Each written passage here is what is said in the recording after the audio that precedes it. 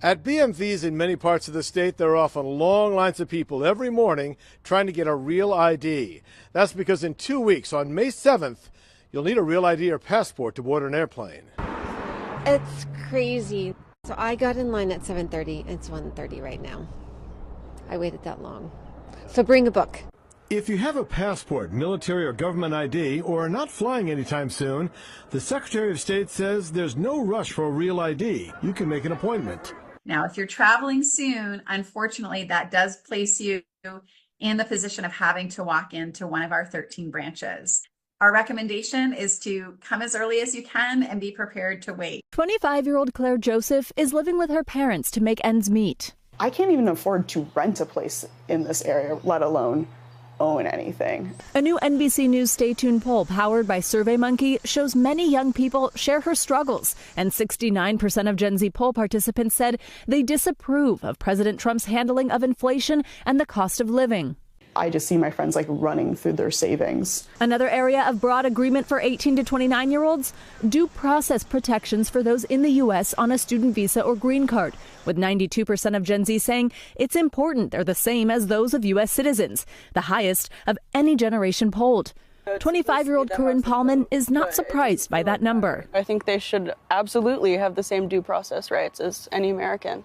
What do you think the grounds should be for revoking someone's student visa? Gosh, murder, assault, but not speaking your mind. 23-year-old Jalen Hurt says he also supports due process protections, but thinks some deportations are justified. I believe if someone is openly expressing hate and violence against the administration or just against the country they're in, I feel like that should revoke the visa. One of the biggest takeaways, the divide between genders. Asked if America would be stronger if more women held traditional gender roles. Just 26% of young women agreed, compared with 41% of Gen Z men. I don't want to be perceived as a homemaker. I want to be perceived as me. I'm Corinne. Do you think that America would be stronger if more women held traditional gender roles? Oh, 100%. I believe traditional gender roles strengthens the family. There was also a stark divide between genders on the question of whether they're proud to be American. 41% of Gen Z women said they're not proud, compared to 22% of young men. Are you proud to be an American? I am. But our poll revealed overall, pride is strongest among the oldest Americans and grows weaker with each younger generation. Are you proud to be an American? I think that's a complicated answer. I am not proud of what the country is doing right now or the direction we're going. I'm proud of the people who are standing up for it. Savannah Sellers, NBC News. The United Nations Economic and Social Council held a special meeting in New York this week focused on forced displacement and refugee protection. With over 122 million people displaced globally, almost 44 million refugees, the world is facing an unprecedented humanitarian crisis. At the same time, international funding is shrinking, leaving millions without access to essential assistance. UN officials and global partners emphasised the need for long-term strategies, improving refugee self-reliance, integrating them into national systems, and supporting host communities. The meeting highlighted how conflict, climate change and political instability are driving mass displacement and how responses must evolve. The session concluded with a strong call to action, urging coordinated global efforts to protect and support the world's displaced populations. A migrant rights group says Algeria expelled more than 1,800 people to Niger in a single day, marking one of the largest deportations on record. According to Alarm Phone Sahara, the migrants were rounded up in Algerian cities and left at Point Zero, a remote stretch of desert along the Niger border. The April 19 operation pushed the number of deportees arriving in Asamaka this month past 4,000. The group warns many could try returning north through the Sahara. Tensions have risen between Algeria and its southern neighbours, all now under military rule. And as Europe tightens its borders, more migrants are being stranded in countries with limited aid and weak rights protections. Geoengineering sounds like science fiction, but this is real. It's funded and it is starting in Britain. In an age of climate panic and extreme weather, the UK is preparing to tinker with the most powerful force in our solar system, the sun itself. Take a look. The climate clock is ticking.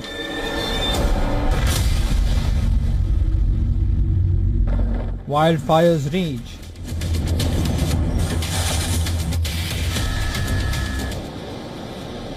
Sea levels rise.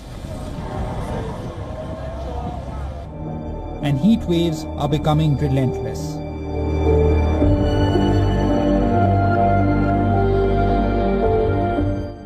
As the carbon emissions keep climbing, treaties are stalling, while fossil fuel interests remain stubbornly entrenched.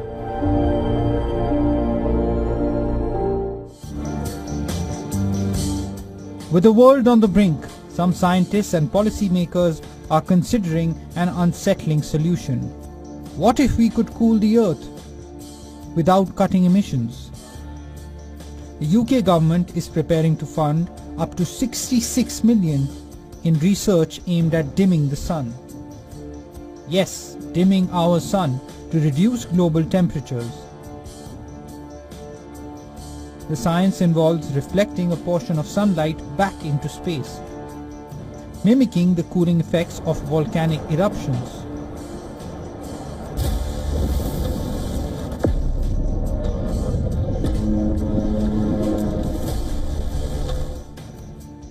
The approach, known as solar radiation management, could offer a temporary climate reprieve, but it also opens the door to immense uncertainty. It may sound cool, but it has many pitfalls. This strategy could theoretically offset global warming. It's a plan B, a planetary sunshade. But critics warn it's also a Pandora's box. Shift too much sunlight and you could derail monsoons, disrupt agriculture, or spark new geopolitical flashpoints. And who decides how much sun the world gets? Which countries win, which lose? Bureau Report, WION, World is One. We begin here in Washington, where reports say the Trump administration is considering slashing tariffs on Chinese goods, in some cases by more than half. China is currently facing up to 245% tariffs on imports to the United States, but the base tariff on most products being 145%. But now the Trump administration is seeking to reduce them to around 50 or 60%. The White House is considering tax reductions in a bid to de-escalate tensions with Beijing that have roiled global trade. In fact, on Wednesday, the president said he gets along well with Chinese President Xi Jinping and wants to make a fair deal with Beijing. No, I haven't brought it down. I haven't brought it still 145. I haven't brought it down. I said it's a high tariff. It is a high tariff, but I haven't brought it down. It basically means China's not doing any business with us, essentially, because it's a very high number. But we get along. I get along very well with President Xi, and I hope we can make a deal. Otherwise, we'll set a price, and hopefully they'll come here and they'll contribute. And if they don't, that's okay. Trump's remarks followed optimistic comments he made on Tuesday suggesting a deal to lower tariffs on China was in fact possible. Beijing responded by saying the door was wide open for trade talks with Washington. However, it did accuse President Trump of exerting extreme pressure, which is hampering trade negotiations between the world's two largest economies.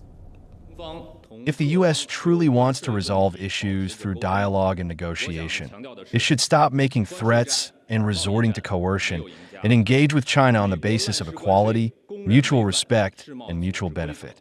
Saying they want to reach an agreement with China while continuing to apply maximum pressure is not the right way to deal with China, and it will not work. Meanwhile, direct talks between the U.S. and China to tackle the fentanyl crisis are not moving forward in the way they should. Reports say the two sides are exchanging intelligence about traffickers, but Beijing's proposals to solve the crisis have so far not been adequate.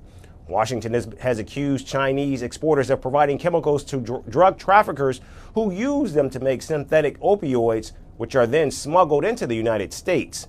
However, China has long defended its drug laws, saying America must handle its own addiction woes. And now with the fentanyl talks hanging by a thread, it remains to be seen if President Trump and President Xi will reach an agreement to end the brutal trade war and bring relief to global markets. News coming in of a car bomb blast on the outskirts of Moscow that has killed a senior Russian military officer. In fact, Russia's top criminal investigation agency has said that Lieutenant General Yaroslav Moskalik, a deputy head of the main operational department in the general staff of the Russian armed forces, has died of injuries, and investigations have revealed that the explosive device was rigged with shrapnel. Russian media also running videos of a vehicle burning in the courtyard of an apartment building. The committee did not mention possible suspects. The attack following the killing of Lieutenant General Igor Kirillov, who died on December 17, when a bomb hidden on an electric scooter parked outside his apartment building exploded as he left for his office. The Russian authorities blamed Ukraine for the killing of Kirillov.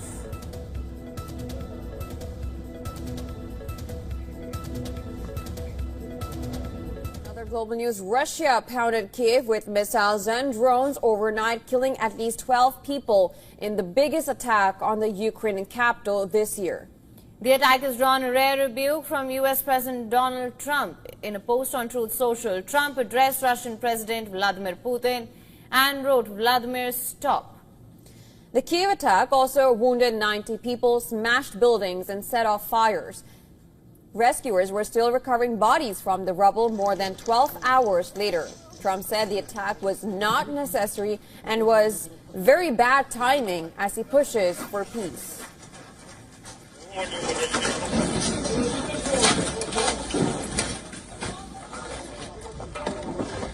I didn't like last night. I wasn't happy with it. And we're in the midst of talking peace, and missiles were fired. And I was not happy with it. That's what I meant, and that's, what he said. Trump also insisted that he is putting a lot of pressure on Russia, and that's why Putin is talking right now. He added that significant progress had been made in Ukraine peace negotiations and that Russia has made a pretty big concession by stopping short of taking the whole country. We're putting a lot of pressure on Russia. And Russia knows that, and some people that are close to it know, or he wouldn't be talking right now. The Prime Minister understands that better than anybody. He wouldn't be talking right now. He's talking, and we're putting a lot of pressure. What concessions has Russia offered up thus far to get to the point where you're closer to peace? Stopping the war, taking the whole country. Pretty big concession. Trump made the comments during an Oval Office meeting with Norwegian Prime Minister Jonas Gahr Store. Ukraine and much of Europe have fiercely pushed back against his statement, arguing that it's hardly a concession for Russia to pause its land grab.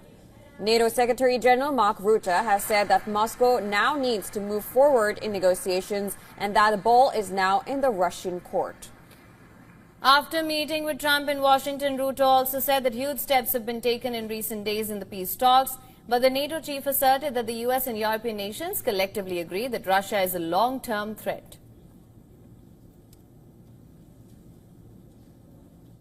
We all agree in NATO that Russia is the long-term threat to NATO territory, to the whole of the Euro-Atlantic territory. And for more on this, our correspondent Susan Tehrani has sent us this report. Listen to this. U.S. President Donald Trump on Thursday met with the Norwegian Prime Minister at the White House, along with the former NATO chief Jens Stoltenberg. They discussed Ukraine, NATO, and of course trade. President Trump reiterated a call for a swift peace deal in Ukraine, reiterating the goal of ending the war within months after being reelected. Asked about placing sanctions against Russia, President Trump said he would rather, quote, answer that question in a week or so, but that things will happen if a deal isn't reached regarding the war in Ukraine. He criticized Ukraine's President Zelensky for being unwilling to compromise on Crimea, while calling on Russia to stop its strikes against Kyiv. The Norwegian Prime Minister reaffirmed Norway's support for Ukraine and urged U.S. leadership in peace efforts. Stoltenberg, for his part, emphasized NATO's unity, but Trump questioned the alliance's value to the United States. The meeting also touched on recent tariffs on Norwegian goods, which have been temporarily reduced. Both sides signal interest in deeper economic ties. Susan Tehrani reporting from New York for WION World is. I think a robust response should be expected. India, under the current Modi government, has adopted a more tough on security posture. We've also seen limited signs of external pressure on India to restrain its action. So unlike previous periods of India-Pakistan hostility, when the U.S. played a prominent role in de-escalating tensions, we're not seeing any signs of that under the current U.S. administration. So as a result of that, I think we could see the situation go from bad to worse. Despite the bad blood that exists in the bilateral relationship, part of this can be attributed to the fact that they're both nuclear-armed, weapons-armed states. So as a result of that, there's always a risk of escalation or conflict escalating into a nuclear conflict. So that, I think, has created a degree of restraint on both sides. We've seen, for instance, as I mentioned, this ceasefire along the line of control, demarcating Indian and Pakistan-administered Kashmir. That's largely held in place since 2021. And despite more assertive posturing, New Delhi has tried to minimize its collateral damage through retaliatory attacks. So in contrast to, say, the conflicts in Gaza or in Ukraine, where we've seen significant civilian casualties, India is generally trying to maintain a calibrated response.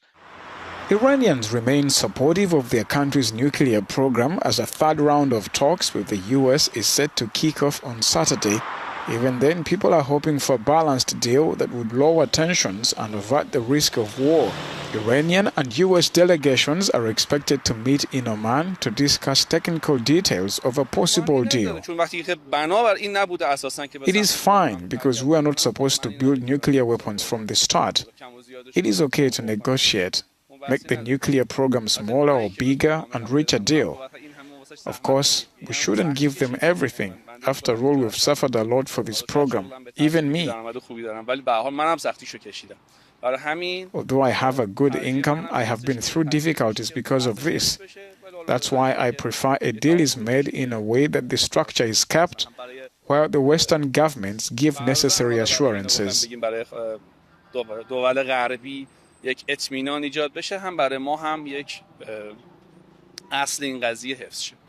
In 2018, the U.S. under Donald Trump unilaterally pulled out of a 2015 nuclear deal Iran agreed with world powers, reinstating deadly sanctions on the country.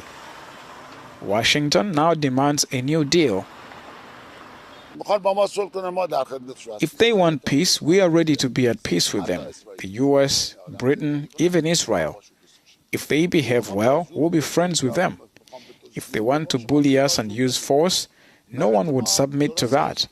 Our people are poor and have economic issues, but we won't accept to give away our dignity, honor, religion, and country to Donald Trump. The talks seek to limit Iran's nuclear program in exchange for the lifting of crushing sanctions the U.S. has imposed on the country for nearly a century. We shift our focus to the Philippines as the militaries of the United States and the Philippines prepare for a potential war scenario in the Indo-Pacific with their annual Balikatan exercise. Now, Manila says that China sent its battleships close to its northern maritime borders. The Philippines said the 6 Chinese warships, led by Beijing Shandong aircraft carrier, came as close as just 3 nautical miles off the Philippines' Babuyan Islands. Manila said its forces later detected a Chinese surveillance ship just 33 nautical miles northwest off the Dalupiri Islands. The Chinese warships were reported to be present around the flashpoint regions such as the Taiwan Strait, as well as the Luzon Strait. Immediately after spotting Beijing Shandong-led warships, the Philippine Navy challenged their presence in the area. Manila said that the Chinese military vessels did not respond to their challenge. Instead, the Chinese carrier battle group was seen moving toward the outer boundaries of Manila's exclusive economic zone. Manila's Navy, without naming Beijing, said they expect several key players to monitor the ongoing US-Philippine military exercises. And with Beijing's warships just 3 nautical miles off the northern Philippine coast, this was the closest that a Chinese warship has come to a sovereign Filipino island. Now, even as Manila and Washington flex their military muscle, and this amid suggestions of Beijing monitoring this annual exercise, China has once again asserted a claim on an area that the Philippines sees as its own. Chinese state media claimed earlier today that members of Beijing's Coast Guard were present on a reef just kilometers away from the T2 Islands of the Philippines. The area is accessible from the Philippines' Palawan province. Now, the uninhabited area called the Pagasa K2 in the Philippines reportedly had Chinese Coast Guard unfurling the Chinese flag in the run-up to the US-Philippine annual exercise. Manila is yet to respond to this latest show of Chinese aggression. As the US-Philippine military exercises continue, the situation in the Indo-Pacific, especially around the Philippines, remains fraught with uncertainty.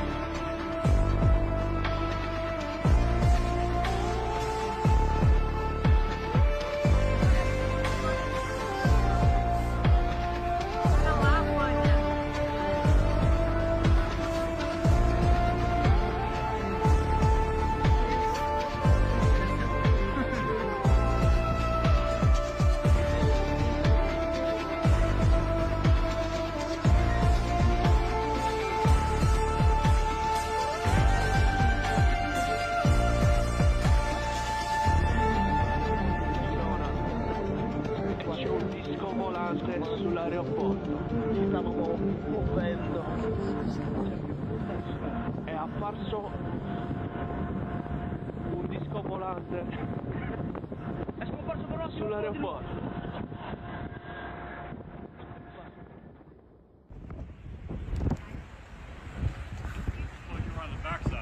Yeah. They had to move me back there. I was on this side here. Holy smokes. Every window's gone. At the hotel. All the cars, windows are gone.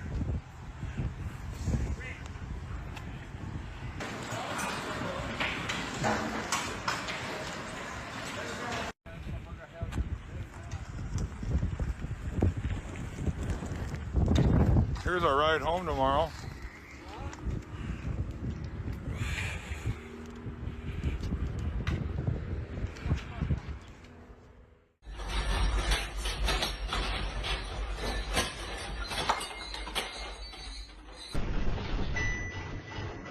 Some breaking news now, and a powerful 6.2 magnitude earthquake has hit off Istanbul's coast. There are reports of several aftershocks also hitting the area. We're going to cross now to Melika Yoldaş. She joins me now from Istanbul on the phone. Mel, first of all, can you just give us a sense of what it felt like when it hit and what damage, if any, it has done?